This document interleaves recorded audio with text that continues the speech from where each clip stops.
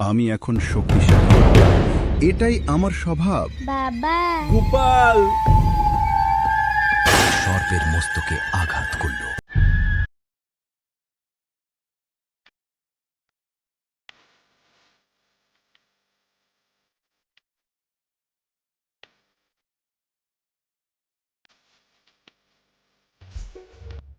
কনকনে শীতের ভোর, কুয়াশায় ঢেকে গেছে চারদিক।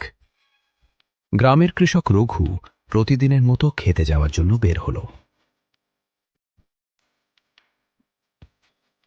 হঠাৎ রঘুর চোখে পড়ল একটি সর্প ঠান্ডায় জমে মৃতপ্রায় হয়ে পথের ধারে পড়ে আছে। এটা তো সাপ, খুব বিপজ্জনক। কিন্তু এ তো এখন অসহায়। একটু থেমে রঘু ভাবল, না, মরতে দিতে পারি না। রঘু গামছা দিয়ে সর্পটাকে তুলে নেয় এবং বাড়ির দিকে যায়।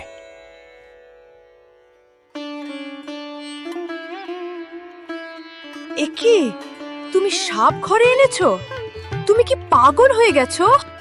দেখো, এটা মরতে বসেছে। আমি বাঁচাতে চাই। এটা তোমাকে একদিন বিপদে ফেলবে। সবাই একরকম না।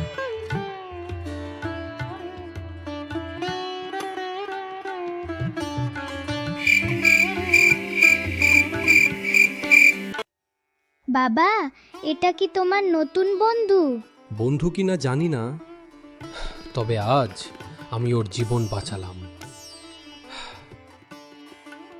রঘু আগুন জ্বালালো, ধীরে ধীরে সর্পটাকে গরমে রাখল, কিছু দুধও দিল।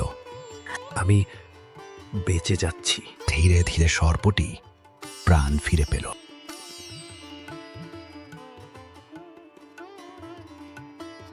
সেই রাতে রঘু তার গুরুত্বপূর্ণ কাগজপত্র বের করল। দেখ গোপাল, এইগুলো খুব গুরুত্বপূর্ণ। এটা আমার প্যান কার্ড। এখন মানুষকে চিনতে এসব লাগে। তাহলে ওই সাপটারও কি প্যান কার্ড আছে? না রে, ওর পরিচয় ও স্বভাবেই লুকিয়ে আছে। এদিকে সর্পটি পুরোপুরি সুস্থ হয়ে উঠেছে। আমি আবার আগের মতো শক্তিশালী। রাত গভীর হল, সবাই ঘুমিয়ে পড়ল। কিন্তু অন্ধকারে সর্পটি ধীরে ধীরে মাথা তুলল, আর ঠিক তখনই তার চোখ পড়ল গোপালের উপর। আমি এখন শক্তিশালী, এটাই আমার স্বভাব। গোপাল ঘুমের মধ্যে নড়ছে, সর্প দংশন করতে উদ্যত। বাবা, গোপাল!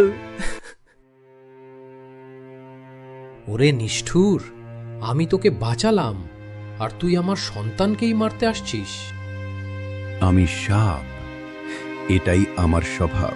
এই এক বাক্যে যেন সব সত্য প্রকাশ পেল। আমি ভুল করেছি তোর মতো কৃতজ্ঞকে বাঁচিয়ে। আজ বুঝলাম, প্যান কার্ড, কাগজ, পরিচয় এসব দিয়ে সবকিছু বোঝা যায় না। কিছু পরিচয় জন্মগত, আর তা কখনো বদলায় না।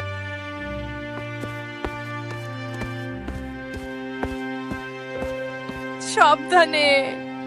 ক্রুদ্ধ রঘু এক আঘাতে সর্পের মস্তকে আঘাত করল।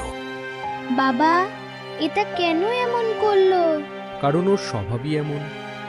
মনে রাখিস, সবাইকে সাহায্য করতে হয়, কিন্তু অন্ধভাবে নয়। এই পৃথিবীতে অনেক সময় আমরা শুধু বাহ্যিক পরিচয় দেখে মানুষকে বিচার করি, কাগজ, পরিচয়পত্র, নাম। কিন্তু আসল পরিচয় লুকিয়ে থাকে স্বভাবে। যার যেমন স্বভাব তা কখনো বদলায় না। উপদেশ: মরিলেও স্বভাব কখনো যায় না।